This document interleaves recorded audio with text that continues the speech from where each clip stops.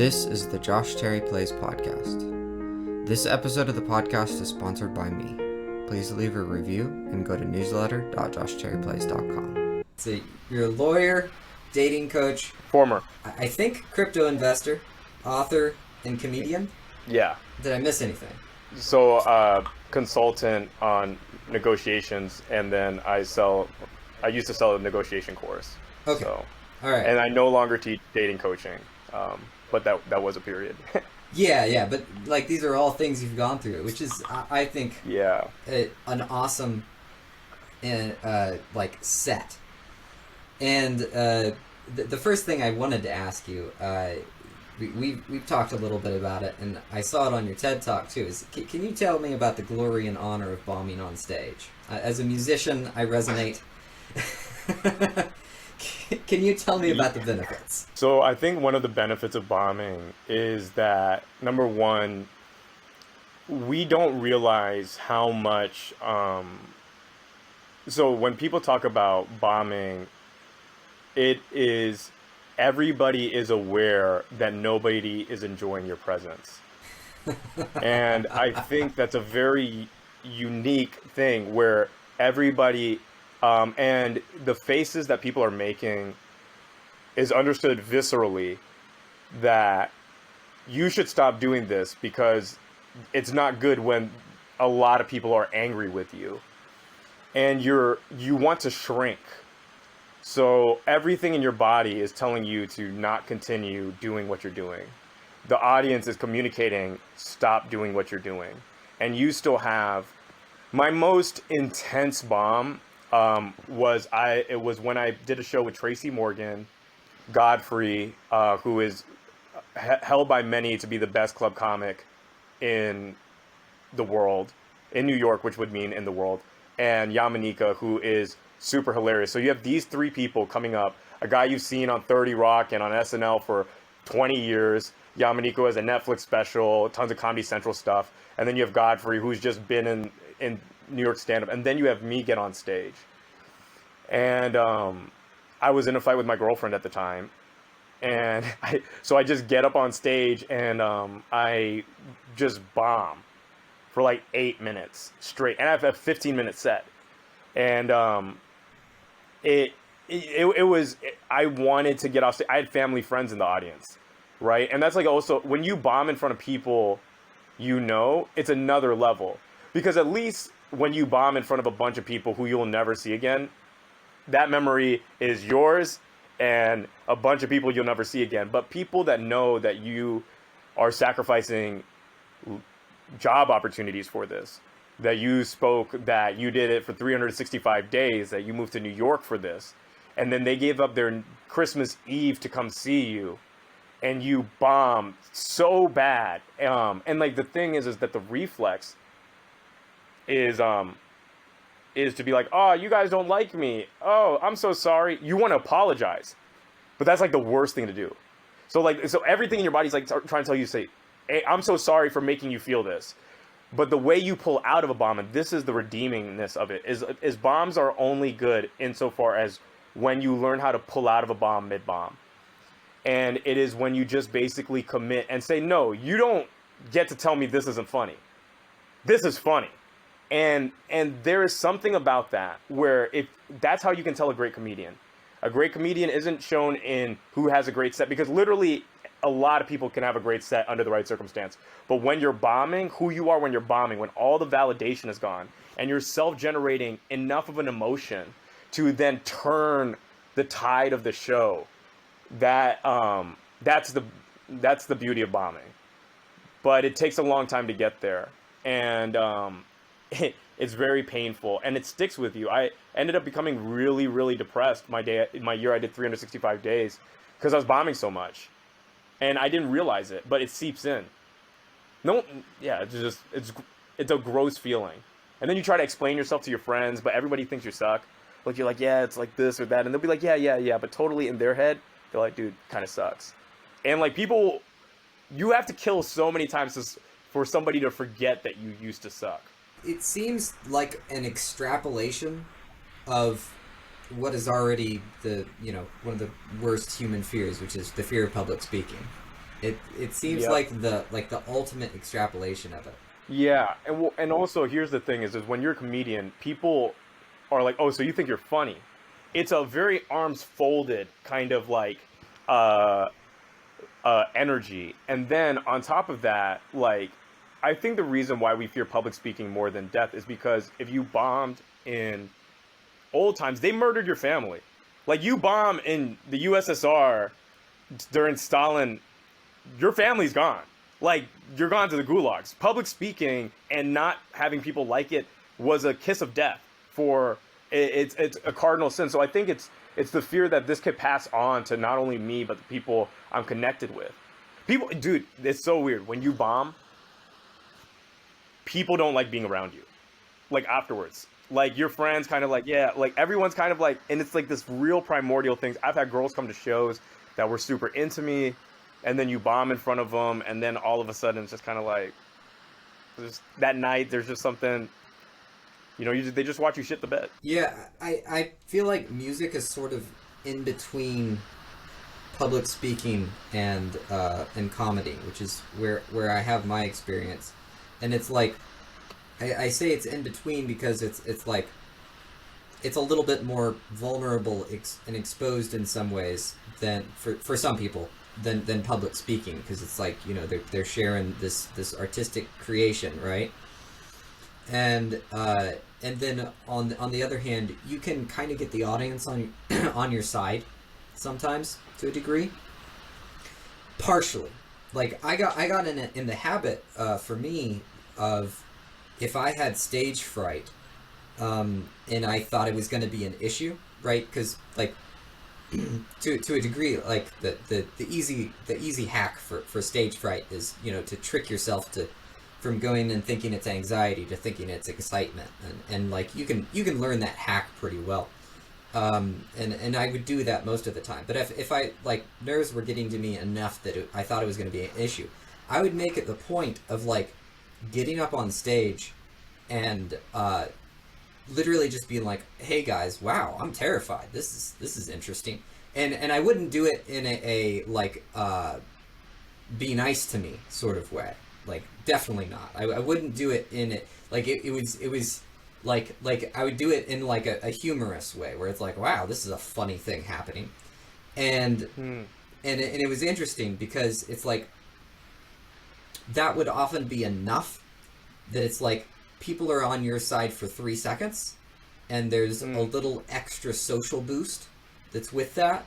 That for me, it would enable me to like tip the scales and get into the excitement, right? And but at the same time, it's like that only lasts for a couple of seconds, and if you Mm-hmm. continue to bomb, and like, I might not even be bombing at the beginning, but it's like you get that freezing sensation pretty quickly, and it's like that freezing sensation is the beginning of the bomb, at least in the Mm-hmm. music area. um, and and it's like we all want to see a victory, and if you get a victory where it's like you transition through it and you overcome it, you're the hero, and everybody loves it. Mm-hmm. But it's like if you can't get through it, it is a pretty unforgiving sensation. And it's something that I think is why those moments become so meaningful.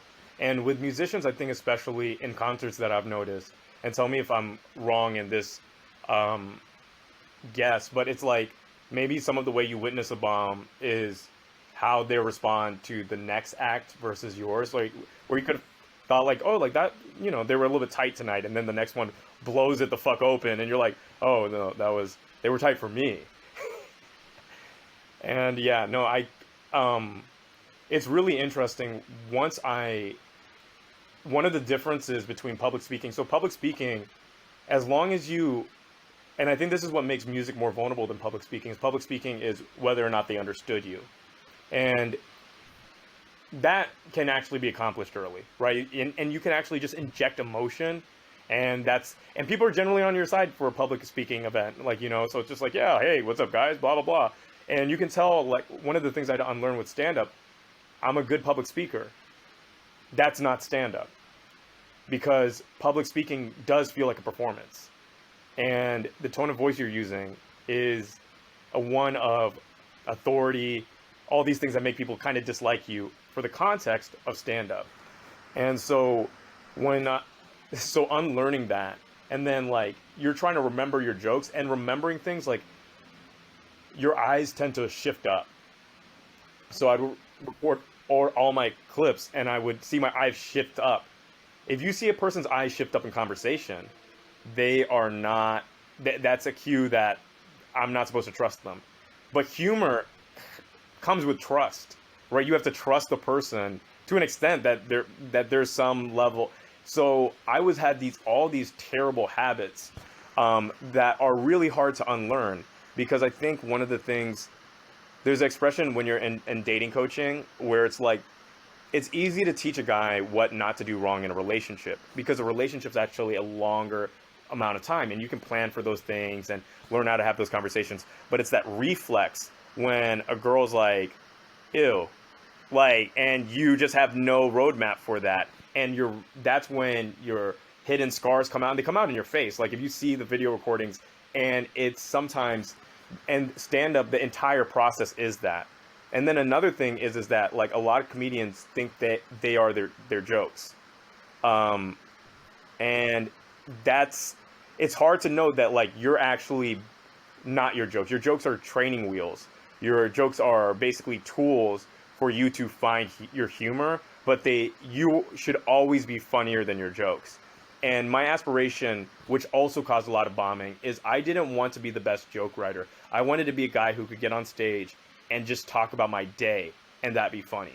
Because I've seen people do, and to me, that's what a comedian is. That's the difference between a New York comic and an LA comic. Like LA comics, oh, performance, act out. Oh, didn't you see this crazy thing on TV? And New York comic is like, we'll just talk about fucking the homeless dude that they just ran into outside. And you just saw it happen. So you literally saw that happen. Then they got up there and they got 15 minutes out of that one thing. And they might have a couple of other jokes that they tie in.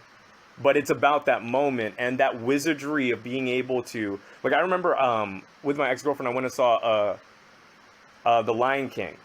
And the whole time we were watching Lion King on Broadway, I was like, a comedian can give more enjoyment than this entire set design, actors, everything. Just a guy with a microphone. And to me, that power is really, it's just really exciting. And I think that the things, when you touch on something true, so I have a bit where I'm like, I wouldn't die for my kids. And like when people hear that, they're like, wait, what? Yeah, I was like, I wouldn't die. And like women always don't, like, they're like, what? And I'm like, of course a woman would want to die for their kids. They know that that's their kid. And people are like, oh shit, that's fun.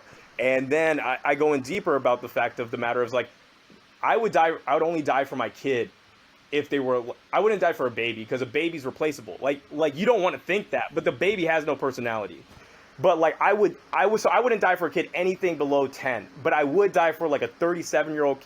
Like my 37-year-old son has a mortgage, is a dentist. That I know he turned out well. Like, you know, like, and like, what am I supposed to do? Die for one of my kids and then leave the other three without a father? All of them would rather have a father than a brother. And so like then it's like, oh shit, like I'm getting these people to go along with something that's supposed to be assumed. Oh, you should just die for your kids. And then hearing them laugh is them accepting that logic. And that, to me, that's what's the most exciting part, is taking the ideas that people would have never wanted to accept about themselves and then making them laugh. Not saying that they agree with it, but at least with their laugh, I know that they're hearing my point of view. And so yeah, that's the best part. Yeah, it's incredibly powerful. I made that mistake with music. The one of the you know, it's like thinking that you are your jokes, right? Mm-hmm. Musicians, we make this mistake all the time where it's like I am the songs, right?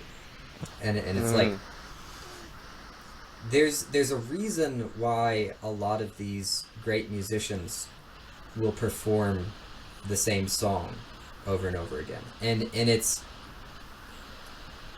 not a lot of times what the music student thinks, right? The music student sort of goes to this default, oh, it must be capitalism, you have to deliver the product, and all of that stuff is true. That's all there. Literally where my mind went. Literally. Yeah, yeah, it's the first reaction, right? It's like, oh, you have to. It's about delivery and all that, and it's true. You've got to be consistent to some degree in the things that you provide, because people are coming for a predictable result. But also, the music isn't specifically that song. The music is the act of experiencing and the act of performing that song. And I went to music school for like classical violin performance, and I knew a lot of musicians that were very, very good technically. And what you would see is this constant chase of the more difficult song. And it you go far enough and it turns into math. It's not the music. It's just trying to excel at a almost a rote skill. The the music is often something that is much more subtle, much trickier, right? It's not something that you can put in the textbook. It's something that you have to live out. And I think there's a similarity there. Oh, 1,000,000%. It's one of the funny things that you talk about the mathematics behind it is it's like I think live performance is a lot like a game, and like it's kind of like a sport because things can go wrong, right? In the studio, it's harder for things to go wrong because you don't have a certain amount of set time, right? I think the audience makes this kind of it goes from just being an art to being an art that has a kind of feedback. So there's a relationship, and you're not competing with the audience, but they're definitely not influencing what's happening. And so you're moving towards control, which is like mathematics. Mathematics is about control, and but control also removes fun. Getting a Starbucks in the morning isn't meaningful to me because I'm pretty sure I can count on that entire process. My legs work. There's nothing. But let's say you live in Iraq, and all you want to do is get a Starbucks, and you get a Starbucks. That's a lot more meaningful of a moment because there were so many parts of that process that you didn't have control over, right? You had to go to some refugee camp. You had to go through walks, all of this other stuff. If you're Kurd, you can't speak your language in Turkey. And like I'm quoting actually a story of a guy I coached in the UK who was a Kurd from Iraq who walked all the way to Turkey and then like crossed in a dinghy and then like barely got through and then got a Starbucks for the first time. And that experience was a huge one for him. And so it's like, yeah, that movement towards control actually robs us of the meaning within that thing. And you even see it in a lot of dating coaches where they become so obsessed with the controlling of things. And this is why once I became more aware of internalized misogyny and all these other things, I couldn't be in it because then it moves towards controlling women, right? It goes to controlling everything. And the control comes from a weird place of my value is my ability to perform these things, or my value comes from things not going wrong. And that is a very fragile thing, right? So even in your attempt to get everything really controlled and mathematical, you actually are building a very like fragile state of self-assessment. Yeah, and at the same time, I mean, you can't live without the control, right? There's also the like there's the like it's very clear when you look at actual survival that when you have no control, death comes really fast. Mm-hmm. And 1,000,000%. I think a lot about it as order enables enjoyable chaos, where it's like you want to create enough control that you can kind of protect the situation to some degree, and then let shit fly, let things go crazy. And exactly. I mean that definitely applies in music. The explanation in music is like, okay, well, you practice a lot, right? You practice the skill sets, and you practice a bunch of really boring things. and that gives you a certain level of muscular control.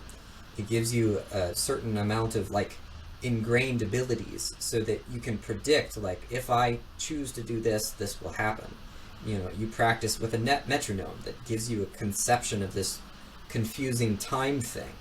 And oh, but by the way, I taught music for years, and all of my students would look upwards when I would try to get them to do something. It's another interesting parallel there. Is like anytime like you try to get them like to do something unique and they have to think about it, they play like this. Right. It's so funny. But to establish that control, and then I guess know when you've established enough, seems to be the key. I think that's something I wanted to know your thoughts on. Is it like establish enough control in order to enable the chaos? Yes. It's like in Star Wars. Are you familiar with the forms, the lightsaber forms? So basically, there are different lightsaber forms that they go over to train Padawans or Sith apprentice or stuff like that. And in the Darth Bane trilogy, it's explained that the forms don't exist as something that you're supposed to rigidly keep to. There's something you're supposed to learn to the point to where then you can let the creativity of the Force flow through you. So it's like they basically create that conduit, that space for actual creativity. And I think that's also like the thing of like learning chords and music or anything like that. It's like you have to have some like actual system of understanding, right? But then you want to innovate from that. You are great. You are always greater than a pre-existing system.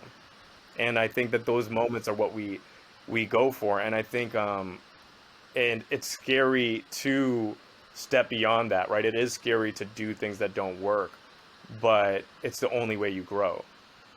And I think as a comedian, it's hard because comedy is weird because it's entire art form where the hardest part of the art form is getting the canvas to paint, because the canvas is 30 people in a room, and 30 people in a room don't happen on accident.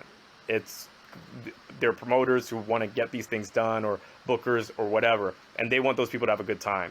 So every time you are performing, every time you're painting on a canvas, it is to audition to get another canvas. And so that also inhibits some people's creativity within it, because it's like, well, if I bomb here, then I won't get another canvas. And it kind of becomes like a lot of how professors talk about academia, right? Like you constantly are doing things to eventually get tenure, and then once you get tenure, it's about getting published, because even then there's certain restrictions and things like that. And a lot of people don't think I'm funny, like, because I didn't care about doing jokes that didn't interest me after I did them.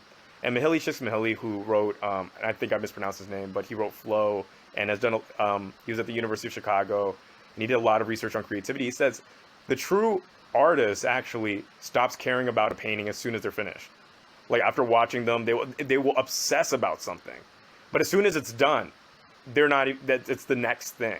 And he said that's the mode of creativity. The creative is about the process more so than the hoarding. But that's the relationship. Then what you're talking about with a lot of times when you're performing, you also have an obligation to the fans. You have an obligation who's paid money or paid their time to come see you, right? And so you're always balancing those different concerns. But I think in those tensions is the reason to do anything, right? And it's not about order or chaos. It's about the tension in between. And that's where the fun part is. That I wrote a short story where I likened a billionaire's existence to a person in solitary confinement, because every part of their day, every person they meet is on a list. Everything. There's no, there even their moments of play are completely ordered and structured, right? And in it, that's kind of in itself a prison. And so I think it's about constantly playing with these different concepts. And I think one of the things that causes us this weird feeling of alienation is our yearning for novelty and also habits. And that's always in the background. Yeah, it's an interplay, right? It's not it's not necessarily that it's like we need this ratio of order and chaos. Maybe it's the constant back and forth between them makes it fun.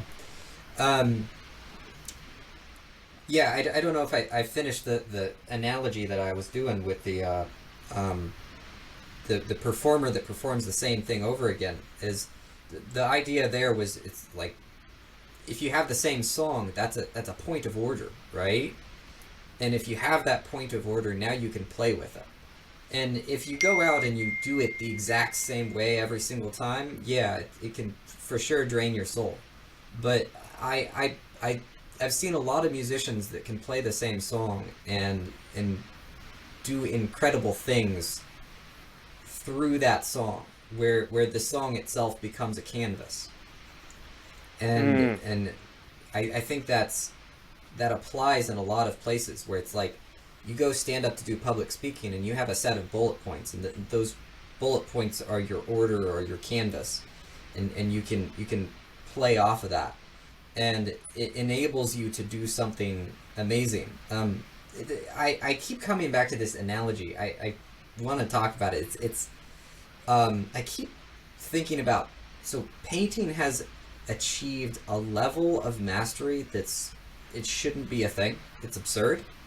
Like, there's painters that they paint on a canvas and it looks like a photograph.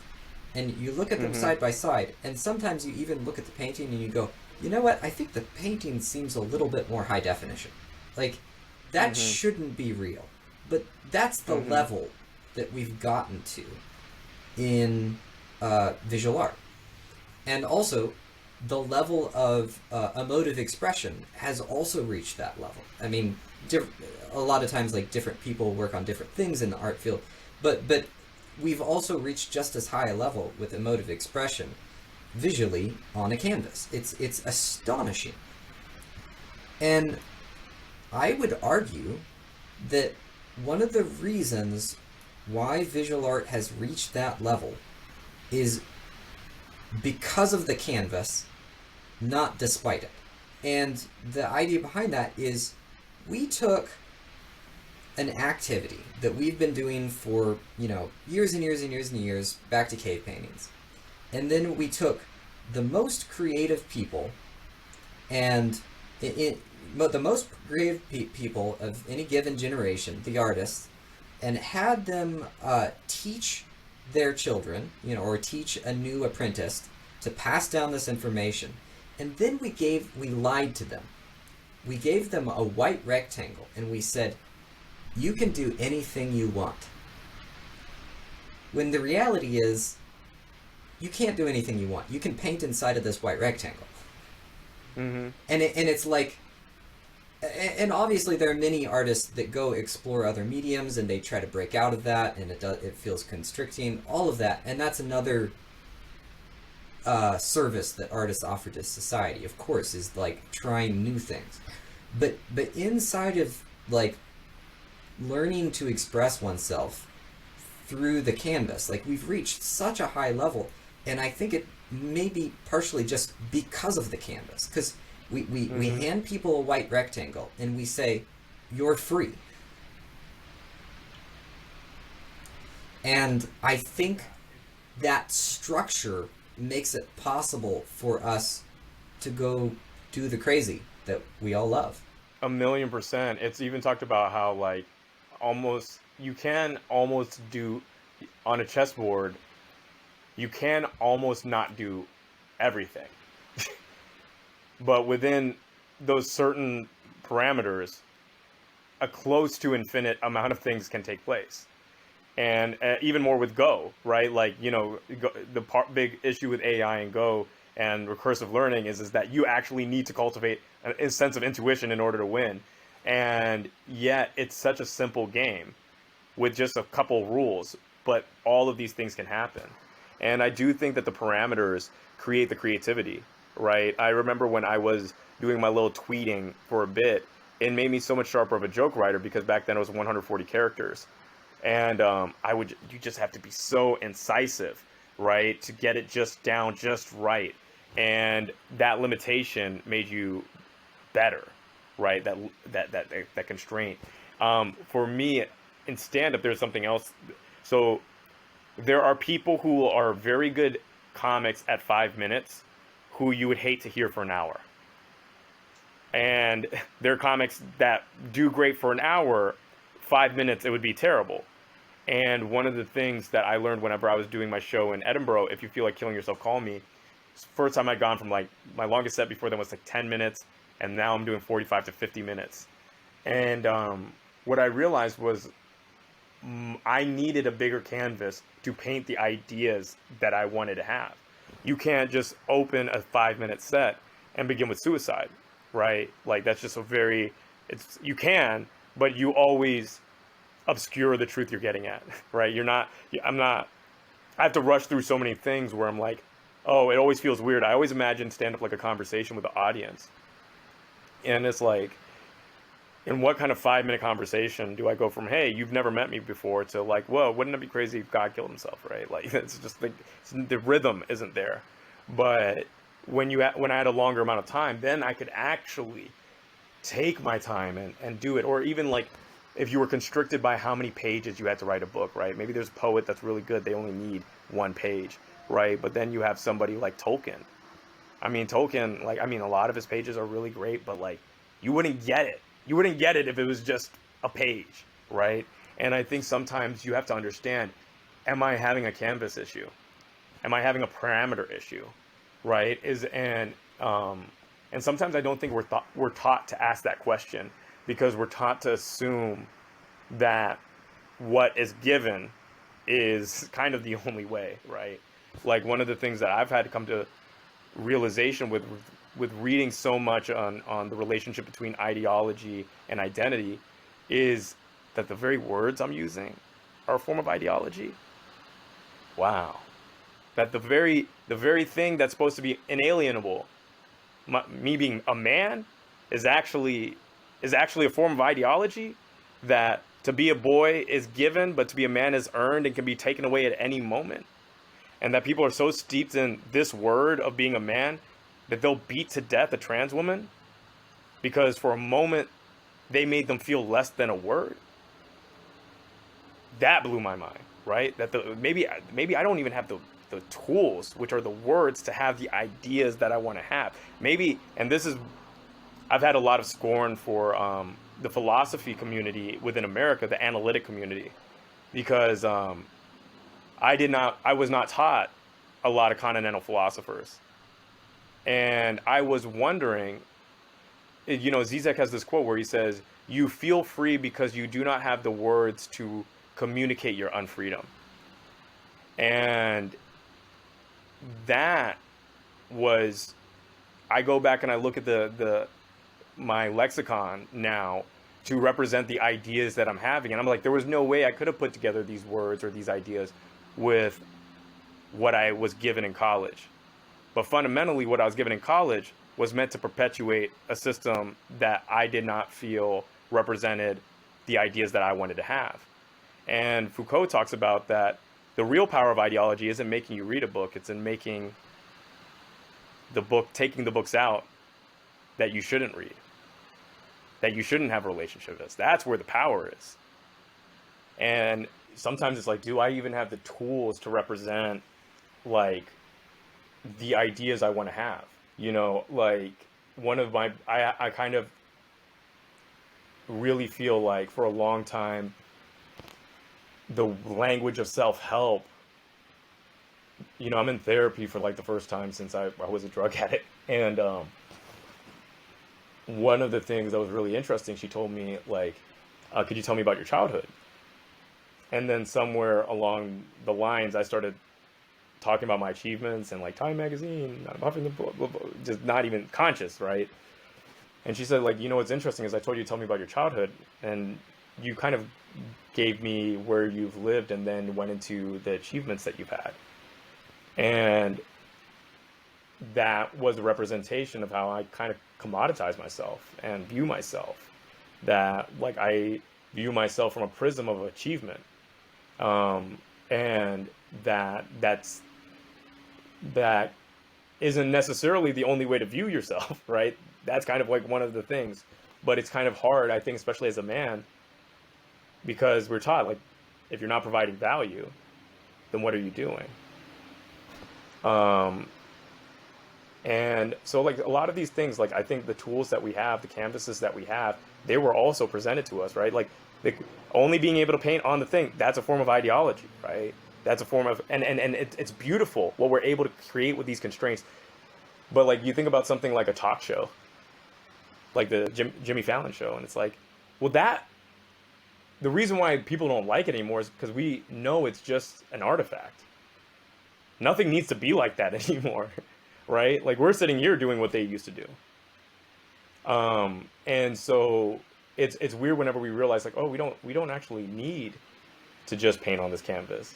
And you go through the city of New York and you see a painting the size of a 20-story building. And you're like, holy shit, right?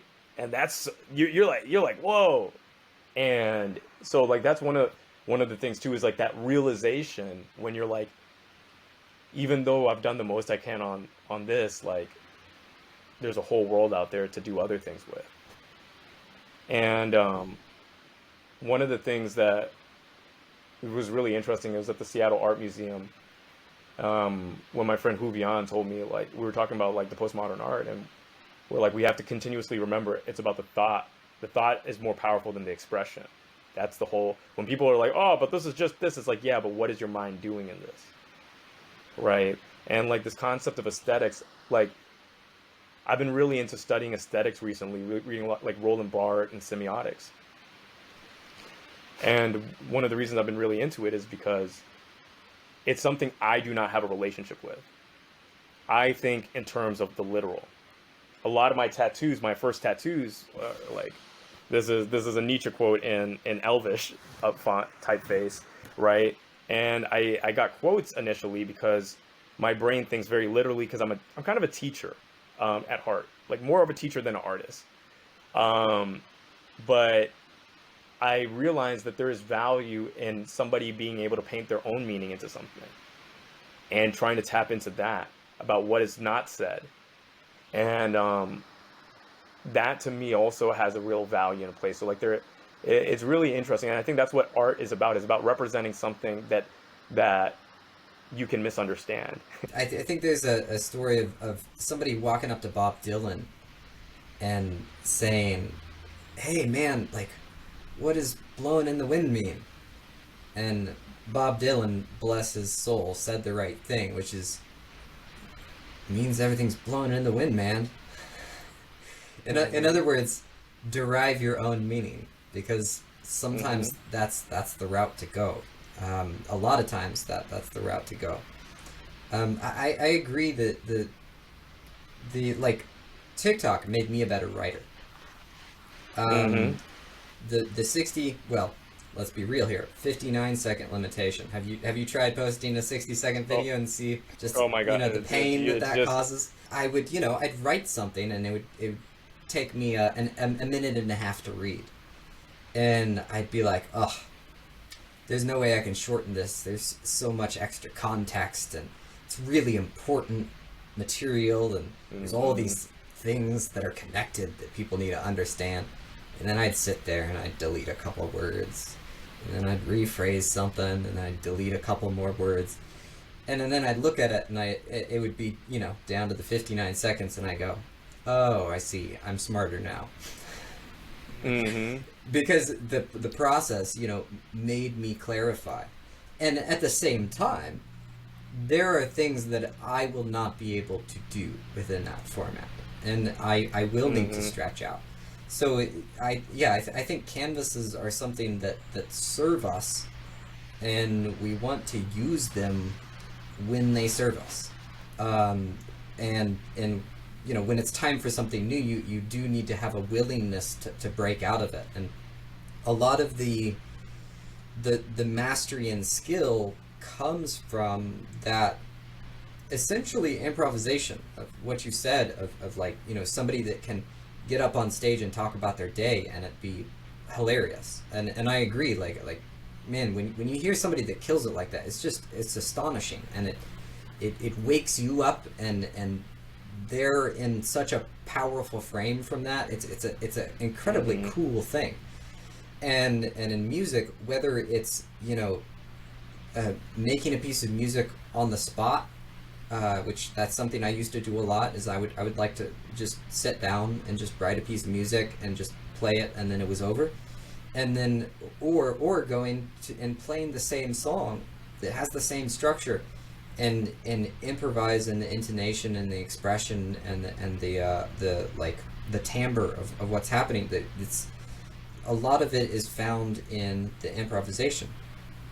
And I talk a lot about this subject with a friend of mine that teaches. He's taught massage therapy for years, and he would, as you would to teach any beginner, he would teach a progression. And this is something that happens in any field. If you learn chess, you start playing the game by learning a way to win at chess. And it's a way that everybody knows if they know chess, but you start with that. And if you go, try to use that in a competition, you're going to get walloped. But using that way to win chess is a way to enable you to learn about the elements of chess. And my friend that teaches massage therapy, he will teach people a progression of, how to give a good massage. And then they'll come back to him and say, okay, what do I do next? And it's kind of funny. He has, he's done it for a long time, so he's got a lot of experience with it. And he'll have a little bit of frustration in his head of like, well, wait, don't you know how now? Like this is it. Now you do this everywhere, right? And it's the same in martial arts, where it's like when you begin learning martial arts, you learn a kata, which is a progression of like, okay, I'm going to do a front kick. I'm going to step forward. I'm going to turn to the right, do another front kick. Now I do a roundhouse kick. Now I punch 3 times with my arms. And like this set of things. And somebody that's at the beginning can very easily mistake that for the skill itself. They can easily mistake that for the art, where it's like this progression is the thing that I'm trying to learn, and it's not actually the case. The progression is something that a master has spent 30 years studying, and then condensed down to the shortest number of things that would enable you to get better at that skill. It's not the skill itself, it's like a conduit to the skill. And all of those things I think are in some way related to the canvas idea. And it's like you utilize the canvas as it serves you, and then when it doesn't, you break out of it, which I hope that sort of steers us towards the next thing, which is I wanted to talk about selfishness. And and it's like the connection here is the idea of the canvas serving you. Can I just comment on the kata system thing real quick? I just want to say this is, so I used to do used to do Ishinru karate, and so to do the katas, all that stuff. And one of the things that's kind of really interesting to me is that how quickly, whenever there is a system or organization or hierarchy, how that is pulls out kind of weird emotions out of people, right? Because people will then feel religiously about a system that they progressed through, right? And that it has to be done in this particular order. What's interesting is how little the kata styles of martial arts are represented in mixed martial arts combat. Because it requires something that is not that kind of order, right? But BJJ or wrestling, which is basically, I mean, from the beginning, the spar kind of, the reps are basically the combat, not the performance of combat. And I've been thinking a lot about this. Wait. So I'm so glad you brought that up. I don't know a lot about BJJ, but one thing I do know is that their fundamental study is like, I think there's like 3 different ways to start, something like that. Mm, Like it's like, you start with one person on top, one person on the bottom, and then like there's a couple different orientations. And if you look at it, their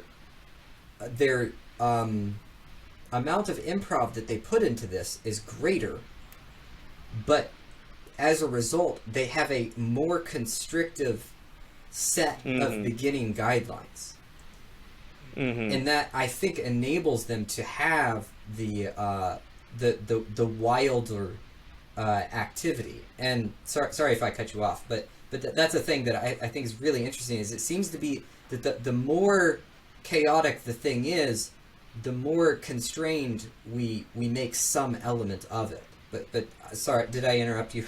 No, no, and I love that you brought that up. And I do think though, like that kind of that participation with reality part, and one of the things that I've been really exploring is, so one of the things that's kind of really not a nice part about a lot of traditional martial arts is kind of like the worship of the sensei, in a kind of sense, and there is a sense of like a very hierarchical structure.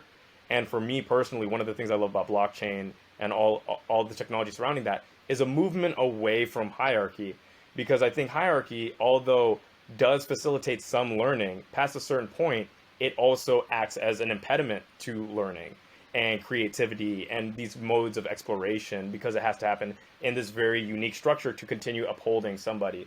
And so, like Deleuze, who is a philosopher of difference, he talks about the rhizome, about the multiplicity of connection within a certain form of activity. So even if you might have like three basic starting points in BJJ, there's all sorts of different ways it's going to happen whenever you're, oh my God, I'm joking, or he has my arm in this way, or whatever, right? Or even wrestling, there's a few things that you learn, but then you have to make those work in a set with reality. And I think when we talked about performance versus in studio practicing or controlled things, that's that thing, right? That's that rhizomatic function where you're building this connection with all of these people, right? When you're at a concert, you might be above the audience and thing, but everybody's kind of sharing in this moment. There's not like, hey, there's that guy.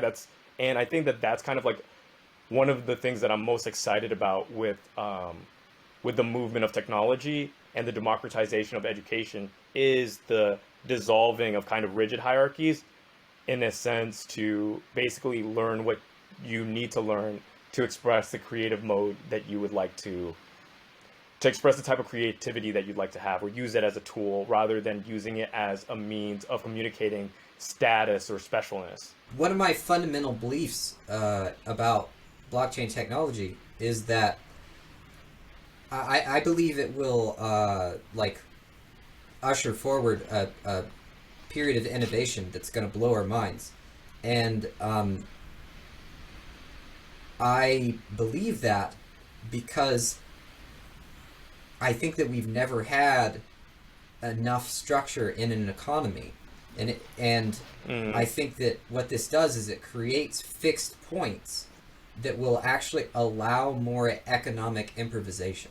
I definitely think so too, and it's going to facilitate trust in institutions that. So I don't believe that the human nature argument. I've been to too many football games with 80,000 people to know that human beings are not naturally violent. One person getting in a fight does not speak for all of humanity, right? I think generally people are kind of bend towards being communitarian and loving. But I do think institutions fail from the fact that when you scale, there will be parts that cannot be depended on, which is the human element. But blockchain and a verification process that happens kind of automatically on whether or not a job is done, um, is a movement in that direction where things can you imagine almost every country on the planet has a constitution that is benevolent, right? It is just the action, the performance of that constitution that is the problem. And blockchain technology with machine learning and AI can facilitate a place where we are actually having our constitutions function like they're written.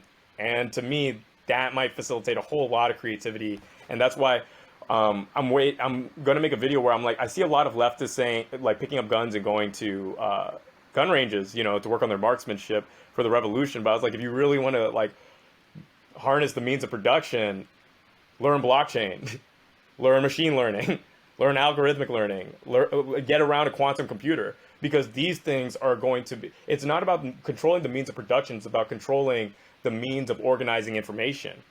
And I think blockchain is just such a beautiful way of doing that, in a way that I think is not just reliant on a hierarchy. I'm just like, I kind of, even in my own like learning thing, the Praxis portal, I don't have a comment section, I don't have a forum for two reasons. If you make a forum, if you make a comment section, they will be toxic. When you get to scale, there are going to be people, so that what you put in moderators, that creates hierarchy. That creates a whole, I don't want that. I just want it to be me providing my information to people and them getting whatever they can out of it. And they can go other places for those kind of things. But I've just seen moderation just turn so ugly in different places, or comment sections or whatever. And it's just like, I think the more we can just get to that space of just providing information and people getting what they want from it and not seeing how they stack up. Because I think we conflate specialness with two things: immortality and universal acceptable. Like, we're acceptable to everybody, and both are a myth. You're never myth. You're never going to be so special that you never die, which part of you thinks. When you're pursuing this stuff, you're like, if I get more special, I'll have more security, and then but there's no point. And also, no matter what, no matter how much money you get, no matter how good looking you are, people will dislike you. You're not going to be universally acceptable, and you actually might engender the opposite feeling in what you want. And so that's why I don't think those are necessarily the pursuits. But to talk about selfishness, I think that this is a great. I think I'm really excited about this part of the conversation. Yeah, I mean, I think it ties in with all of it because so the reason why I originally thought it would connect well with being on stage is, one of the things I found is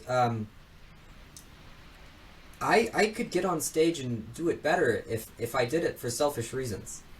And this is something that I'm sure can be very debated, because I mean, I've definitely heard actors, like really amazing performers, that talk about doing a service for the crowd, right? They're there for an experience. And I think that is bullshit. Great. And I think there is a beauty to that. And I think that is one of the routes. But also, I think there is a positive self-serving behavior in terms of going on stage and owning the fact that you want to be up there. And it's weird. Like, I want to say, oh, it's not about, oh, look at me, but it actually is. And what I'm trying to get at is, I think there's an element of that we've made much more shallow than it really is, where there's actually sort of an inherent good to wanting to step into the limelight a little bit in some ways, where it's like, you stick out your chest and you go do something great, like, that's a good thing. And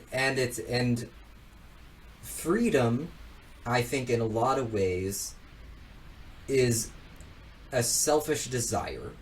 Like it's a thing that we want more of, and all the things that we've talked about, where it's like, if you talk about like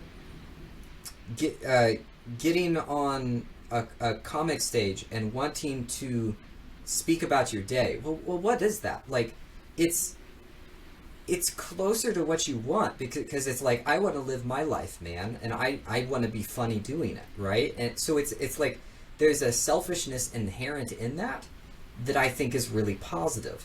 Inside of painting the canvas, it's like, hey, you're free. We've created these constraints. We've got a white rectangle, but now you get to do whatever you want. You get to follow your desire. And we know that this is extremely sexy, right? Like, so it's extremely attractive to be the person that says, hey, kiss me here. That's what I want, right? Like, right there. Yes, that's what I want. And it's sexy. It's delightful. And it adds good to society. And then, excuse me, let me get a drink of water. And then, like, tying it into blockchain, I think it's the same thing, which is, I think that um, I think that blockchain is a set of structures and orders um, that will. I think that technology enables people to tap into more selfishness without causing damage, because there's such a going to be such a strict structure of order that it will Mm-hmm. allow like fixed reference points that allow people to play off of to follow their desires more freely. So Oh, that's kind of yeah. just one of my overall thoughts of like tying this in. And basically, for starters, I just want to know like what's your thoughts on the idea of like, let's call it positive selfishness. Number one, no, I really, number one, I love it because it doesn't allow you to ideate as something you're not. One of the things I dislike is a person who's going to be like, I do this for the community. Michael Jordan is quoted saying, like, I play my hardest because I know that there's a kid out there who might be seeing me for the first time. No, Michael Jordan will race you drinking a bottle of water. He is hyper competitive. He has a problem. He's a psychopath, and we love him for it. It comes to manifest in this way, but like, please do not ideate as something. Yeah, yeah. And when you talked about, so one of the things you talked about with the relationship with blockchain, I just wanted to say this before I forget, is so I've been thinking a lot about how everybody, so I am, and if this turns some people off, I am, I'm not, I am a, I like a, so I'm a social market. I like the Rhine market, basically German economy is what I like, right?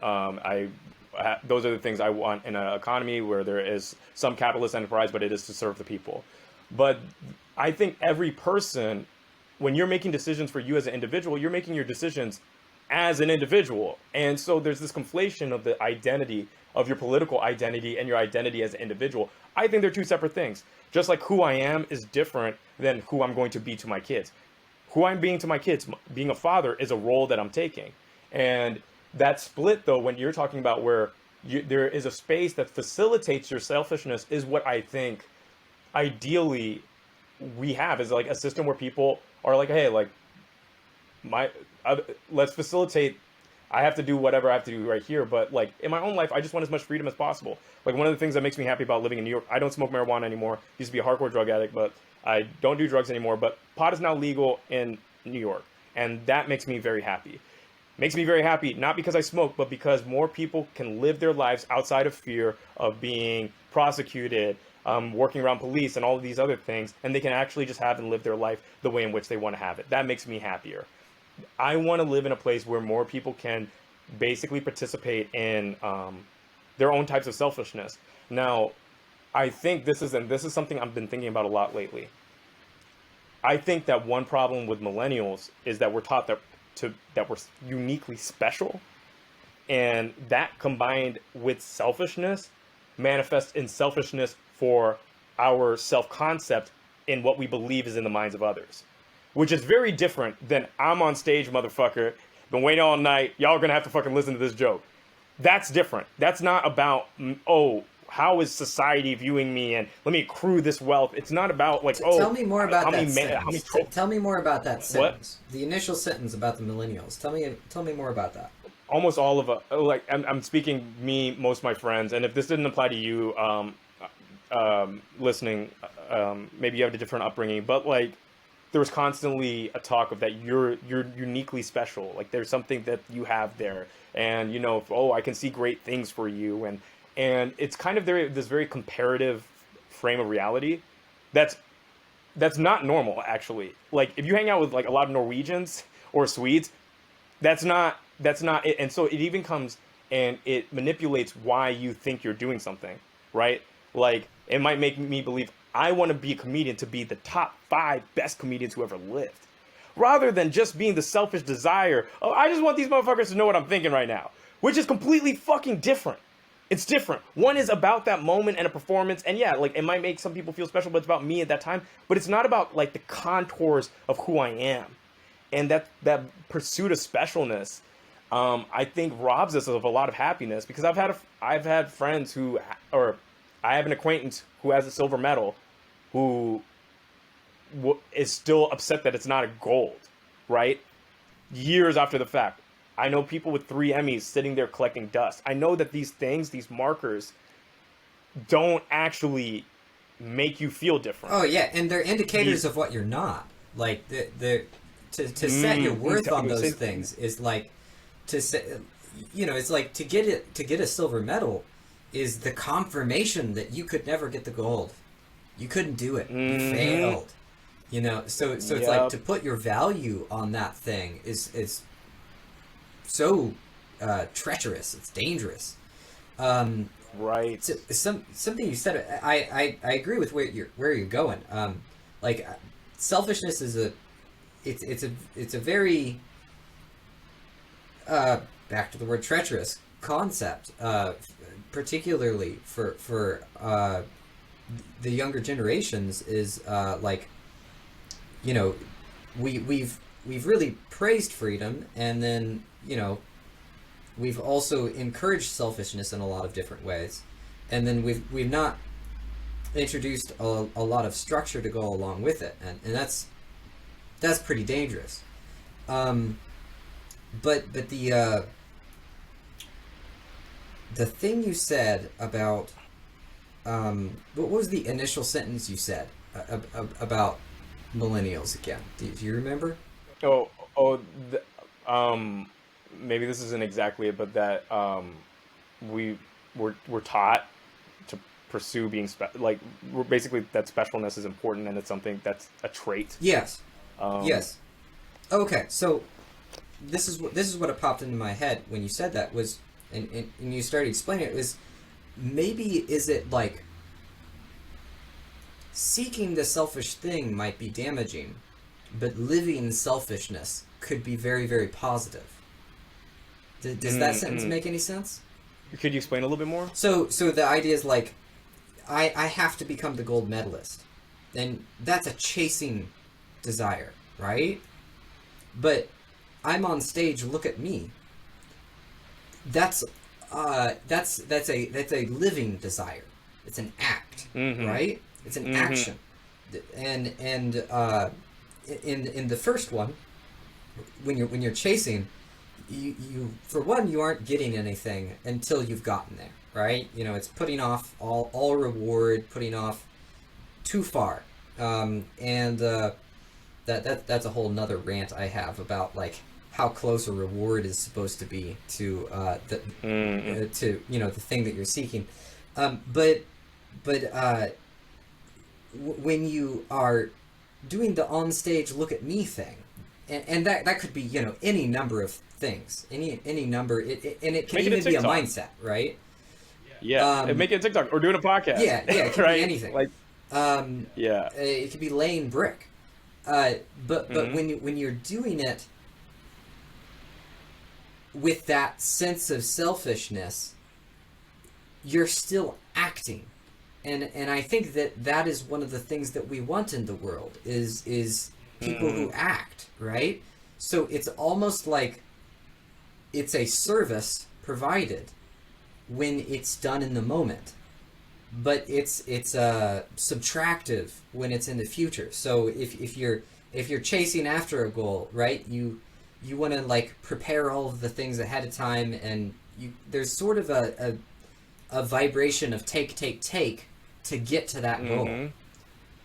But even if you're going into an activity like, I don't know, like making love from a selfish standpoint, you're still acting. And if you're having and using that analogy, like if you're having an immensely good time, and there's of course a million ways this can go wrong, but if you're having an immensely good time being selfish in the act of making love, that's hot, and the other person gets the benefit of delighting in your experience, because we want to see that happen in the people that are around us. Like, we don't want the people around us to have a bad time. Like that's like the biggest turnoff, and in any form, and that's kind of the thing you were saying about like the bombing, right? Where it's like that sensation, like, it's not even a sensation. Yeah, people don't want to be around, right? It's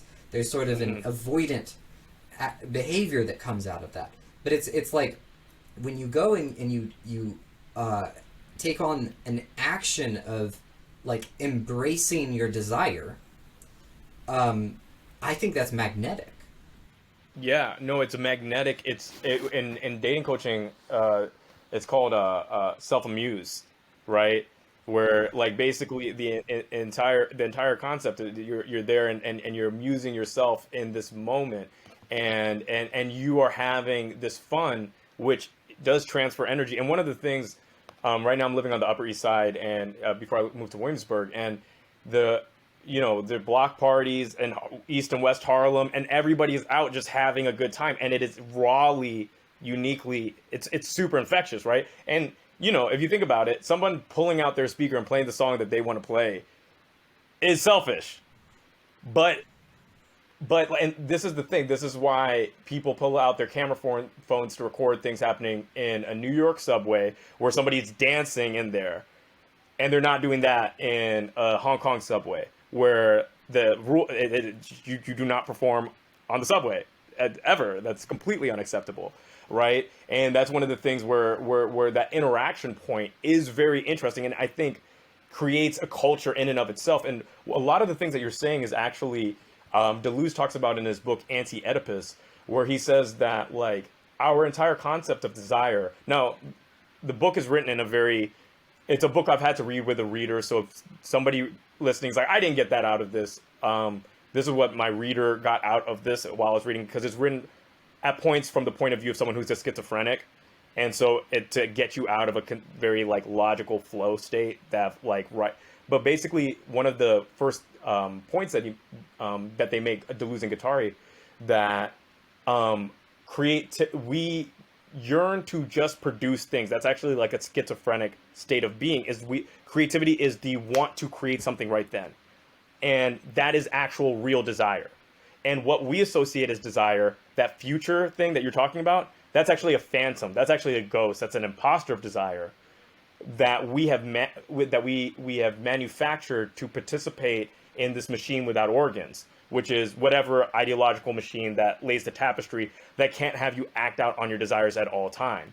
But real creativity, the real is to create and move in that moment, and everything is moving towards that.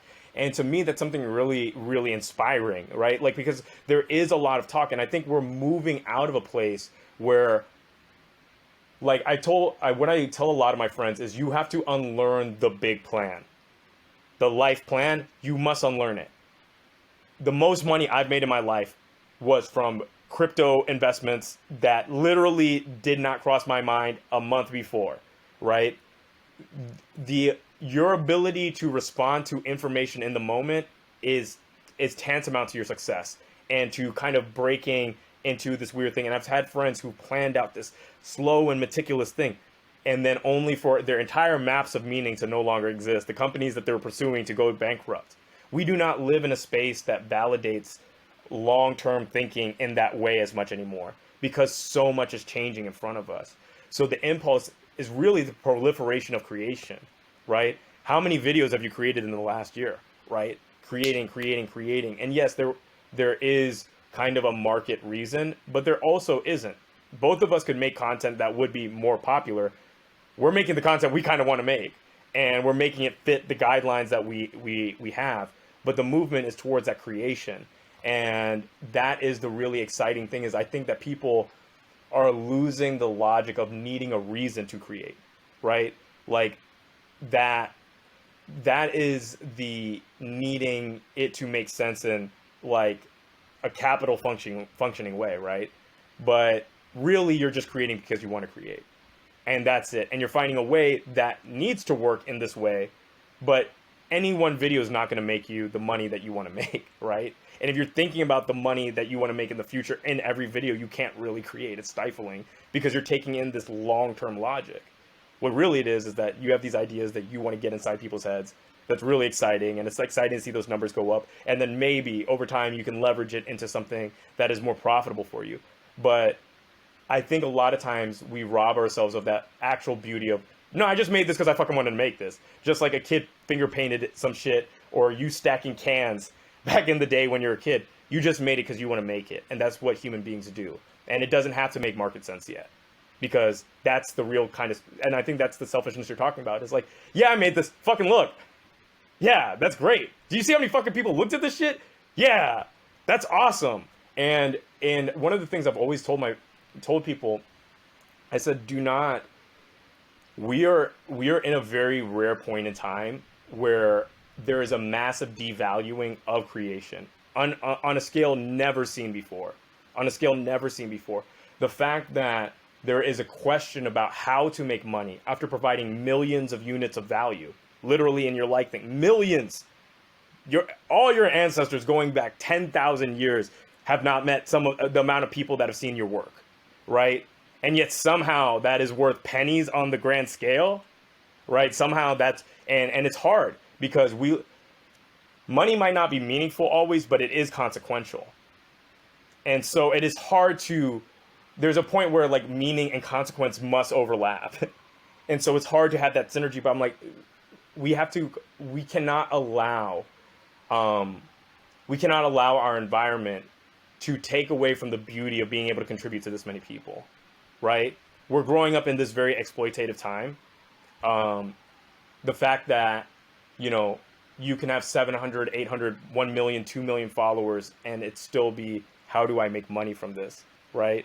Where people are still like, there are people who are working shifts at McDonald's that are making more money than some people who have 400,000 followers in a day, right? And whose stuff is seen literally by tens of thousands of people. This is not normal, and I want to say that's explicitly, but that's fine. No, I wanted to get into this with you. Take... I wanted to get into this, and the thing I wanted to get into was, what are the opportunities? Where does this go? We have a changing landscape. Content creators have immense opportunities before them. That's for sure true. Right now, it's a very confusing landscape, which is possibly half the reason why there's so much opportunity, right? Confusing tends to result in opportunity. But we've had some conversations about this in the past. Like I'm still barely comprehending, probably not comprehending, the value that I can bring to the table and the opportunities that are potentially available to me. Where does this all go for content creators? So for me, the direction it's moved is, and I don't know whether this is for everybody, but this is for me to not sell out. Is that I made my own Netflix kind of with my Praxis portal, and I was basically, because to me I was asking the same questions. Am I supposed to whore myself out to brands or whatever? I make philosophy content. I don't really want to. The people who are asking me to do stuff for them, I don't really believe in their work, right? And so I was like, well, let me create a space that's not a course. That's whatever the fuck I want it to be. The selfish thing, where I'm waxing poetic on the topics of what I wish I could have said in a 60-second video. And I'm going to provide enough content because I know that the beauty of TikTok specifically is that we have scalability on our side. So I was like, hey, if I get 0.1% of my monthly views to go into this thing, I'm making a lot of money. And it's only $3.99 because I wanted it, no matter where somebody's at in the world, if they could buy one cup of coffee, they could have this thing, right? And I think it's worth more than that. But I'm not trying to get what I think the time of like, when scale is at the advantage, it's not about getting what that thing's worth. When you don't have scale, then you have to get what it's worth, right? And we're competing against Netflix, right? We're competing against Spotify. So that's why I put 200 pieces of content on there, because I was like, subconsciously, we have to compete with other manufacturers or presenters of content. But I think in the future, people are going to end up making their own private production studios, private paywall things that people can contribute into. And I think that is where it's going to go. At least for me, at least for my type of content. I think maybe different types. I don't think dancing videos, you need a private Praxis portal or whatever, right? That does book reviews or whatever on dance things. But I think for knowledge work, I think the subscription model um, is probably going to be a lot of where it goes in the future, because I think people are going to be attached to certain styles of thinking. And I think that that is where you can, because I think the course model, having been somebody who sold courses for a lot of money, there is almost always it's so hard to charge somebody just the right price for a course, right? Because they're like, to write the copy to make someone spend $700 or 540 or $1,000, you promise a lot, and whether or not you're going to be able to deliver on that is something else. No matter how much you provide in there, because sometimes people just won't go through the entire course. But then if you do it lesser than, then it's then you feel kind of weirdly had. Whereas in a subscription model, you can just kind of produce what you want to produce. There is no goal, right? And I kind of wanted to, one of the things that I saw that you made your Bitcoin course free, and I was like, that's beautiful. I'm all about the democratization of information. But one of the things that I think the copy that we have to sell people on expensive courses is kind of ruining a lot of our culture, and how we view people. Because the copy is written, if someone's a fucking poor, they deserve to be fucking poor. And you're not going to be like that because you bought this fucking product, right? But everybody out there is fucking wasting time, and you're fucking better than them. You know? You're the real motherfucker, right? And and that, when I kind of am, like, I've been behind, I've seen how it's made. I have a lot of friends who've made hundreds and hundreds of thousands of dollars off the thing. And then seeing the result of people kind of like vilify people in terrible, inconceivably bad situations, because there's rhetoric that we can have to blame them for it. And I think that's the only way you can sell a course like that. That's the other thing, right? The only way to sell something really expensive is to pull on really strong emotions, right? And so, yeah, I think the subscription model is like, to me, the way to do it, to where you're taking advantage of the scale. You're not over alienating, and you're making it accessible, but you're not being had at the same time. How long do you think before it's obvious that an up and coming creator is a startup company? Like, we're getting these tokens, creator tokens that people are buying, things like that. I think it's Mm-hmm. close. I made my own crypto for the Praxis portal. Yeah, yeah, I made a Praxis portal coin, but it's on the Ethereum blockchain, so it's too expensive to use in the way in which I wanted. But in the future, yeah, I'm sitting on 10 million of my own coins. Well, it's really it's a fun thing. It's so interesting, but it's just, I mean, to me it's inevitable. But it's like, Hmm.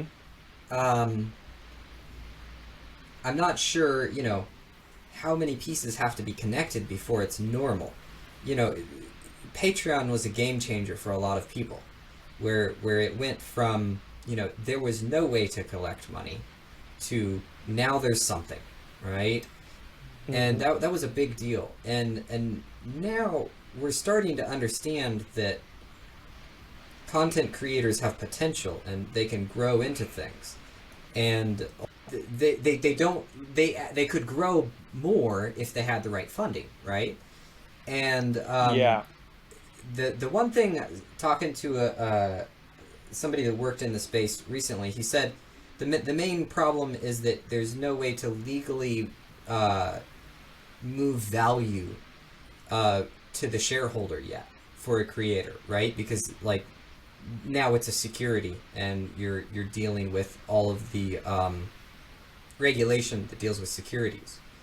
But I don't know. I think it's coming pretty soon, where it becomes normal to invest in somebody that you think has potential. Yeah, so my friends I've talked to who work in hedge funds in the city, and then I also know somebody who started a startup called Flobo, where they're doing small micro investings of, I think, up to $15,000 into YouTube creators, and they've already lent out their first round to very successful creators and things like that. These are all pennies. Like, I said this, and I didn't want to interrupt your thought, but it was, you have better ratings than every Austin television channel. And it is important to keep that in mind, because there is this concept of like, people should see no, it's self-evident. The fact that people do not see the value is a cultural haze, right? There was a point in time on Quora, I had more reads than the entire Houston Chronicle for 6 months, with 660,000 upvotes, and yet I made $0. And yeah, sure, my shit was in Time Magazine and Huffington Post. Yet meanwhile, they're a billion-dollar company. The traditional apparatuses are no longer contributing nearly as much value as content creators. It's nowhere fucking close in terms of watch time. It's the reason why Netflix stock is not a buy, because they can't compete. They fucking can't compete. They cannot compete with they're not as responsive to trends. People are not as invested. People do not understand the value of top-down integration when it comes down to a vision for a show. You write your script, you shoot it, you edit it.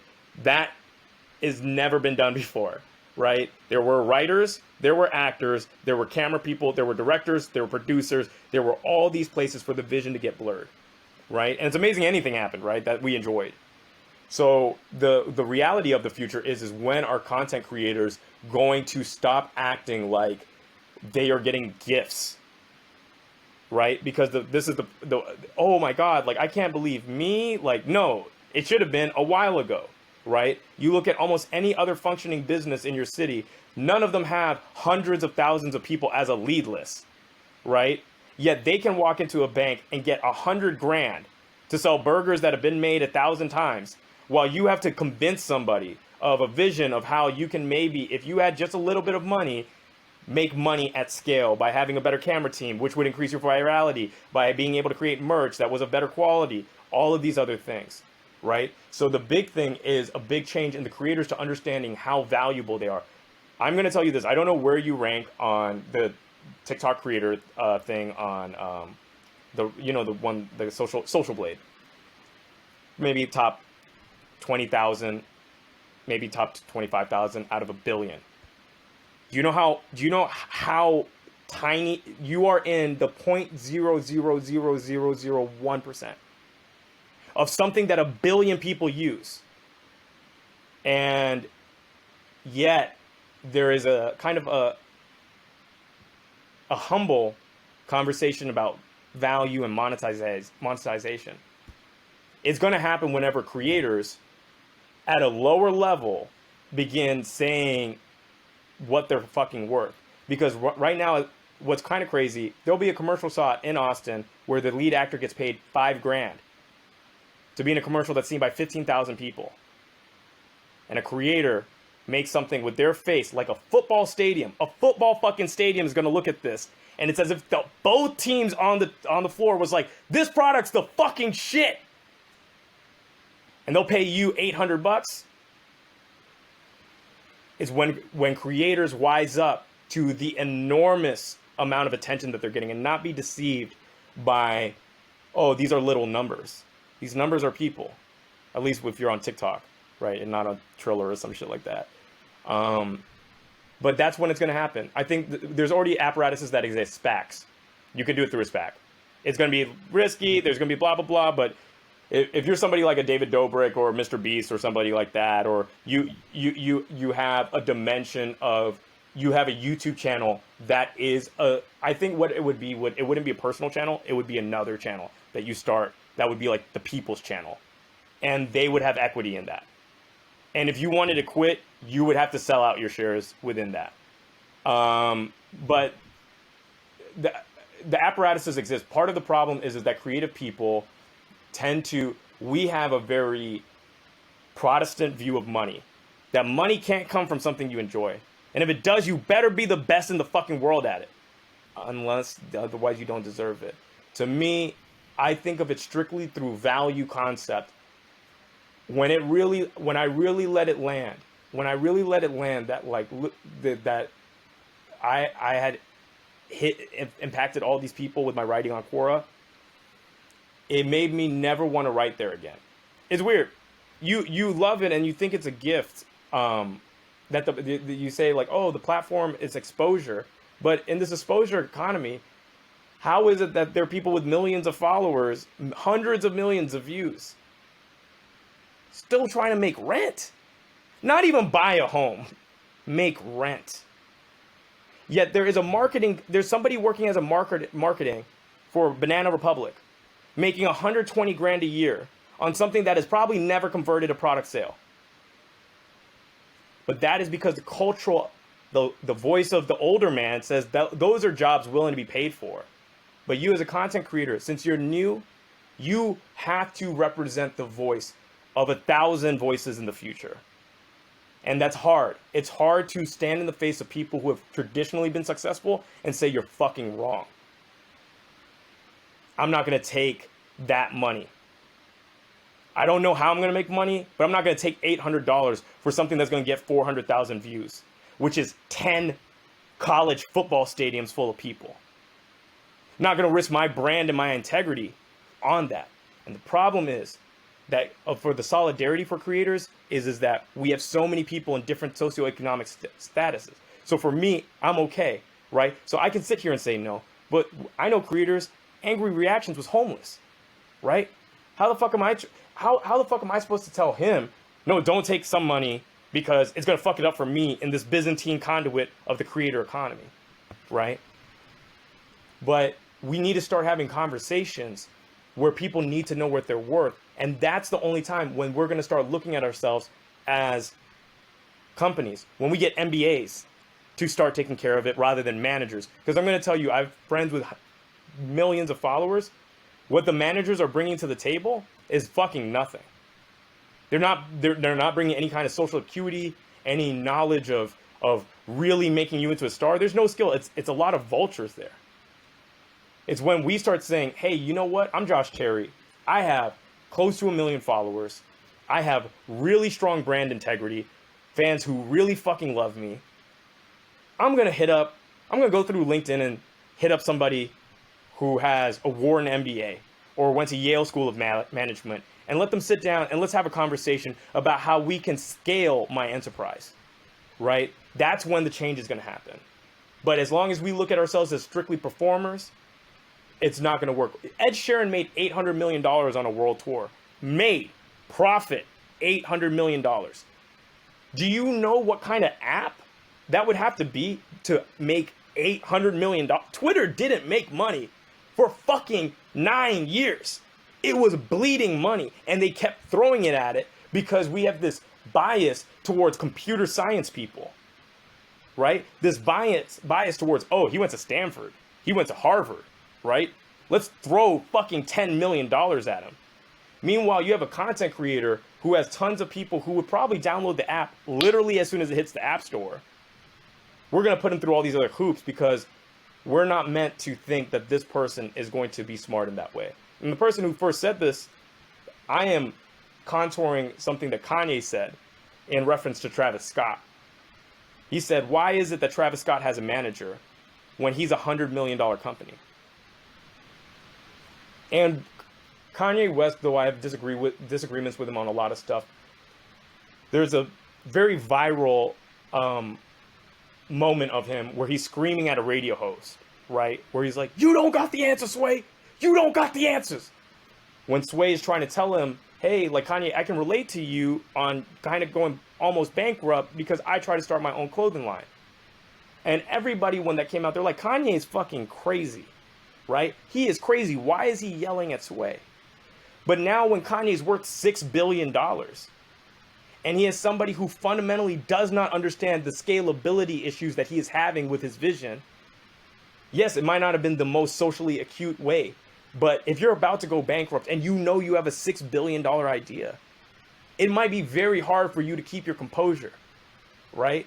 And so I think a lot of times we make fun of people for like arguing against the thing and saying what they're worth when we don't want to give them what they're worth, right?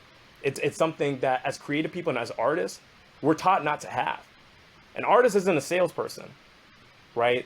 It actually takes away from the integrity of the thing and blah, blah, blah. You know, if you're just good enough, they will come. All this fucking bullshit. The most prolific selling artists are not the best artists. And we all know this, right? The best artist is some motherfucker we never heard of because he listened to somebody who didn't fucking understand the art. The best comedian is, in my opinion, his name is Drew Michael. And the only way he got his special was because Gerard Carmichael saw him, was like, this guy is on another level. It wasn't any fucking agent, right? A lot of our problems is we're fundamentally trying to communicate our value to people who are not creative. They're not creative. I have been in the rooms with agents where I have been complimented by Big A on my set in front of an agent and them look right past me, right?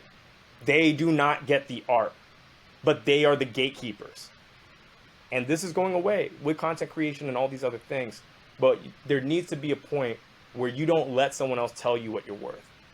And you need to act in a way, when content creators say, I'm not going to wait for somebody. I'm going to pick up the phone. I'm going to call a bunch of fucking people and see who can buy into my vision. I'm going to make friends with people in finance. One of the advantages I have in New York, I have a lot of friends who work for hedge funds. It's part of the reason why I know that the first ways that creators are going to go public is through SPACs. It's an easy way to go public. Can be a double blind. You can even get money, and all you have to do is get somebody who traditional investing trust. They throw that money your way. You create another channel that you do not have complete ownership with. You gain up a lot of attention for it. You have a public offering. Maybe you hit like, sell it for like $3, $4 on some fucking penny stock shit. Still make $80 million in a day. That shit's still fucking possible. I mean, David Dobrik was the model, right? Like that could, Dispo, that could have fucking been it. That could have been it. And I was giving a character thing for one of my friends who was trying to get VC money, and I brought up the David Dobrik thing. I was like, I don't want that to shape how VCs look at investing in creators. And they're like, oh, we're actually invested in Dispo. And I was like, oh, never mind.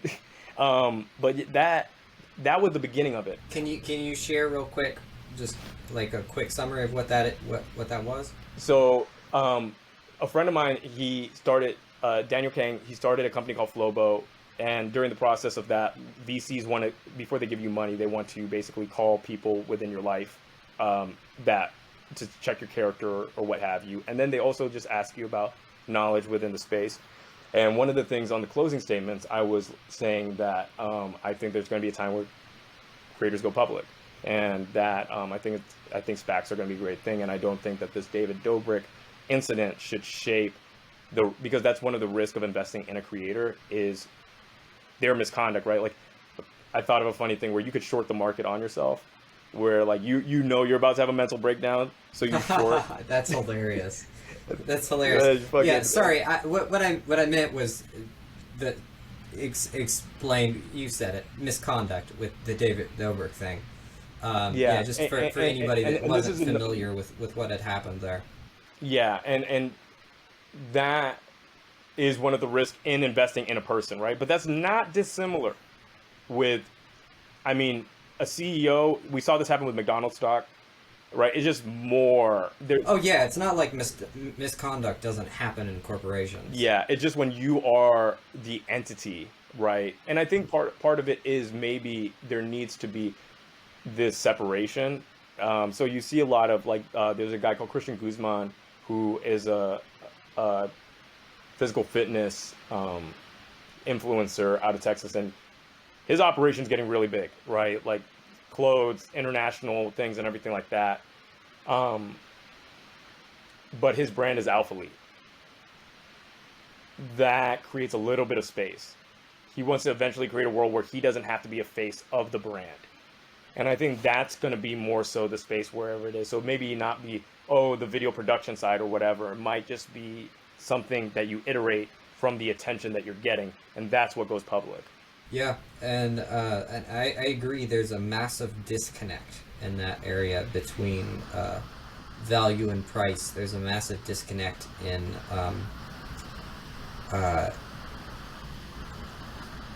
what creators see as opportunity and what opportunity is actually out there. To tie this all together, would you say it's a stretch to say that creators will start to move towards their accurate value once they start behaving in a positive, selfish manner. Oh, 1,000,000%, right? Where Like it's part like of me making following a that and like knowing, hey, this is where I'm at. This is what I'm worth. 1,000,000%.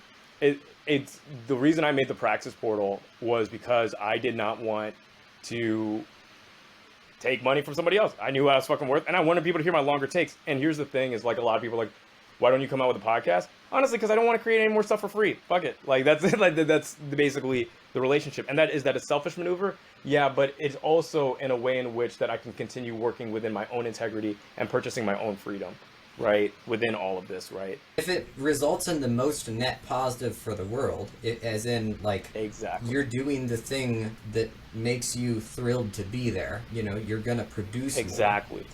more, then it seems like the path. Exactly. Exactly.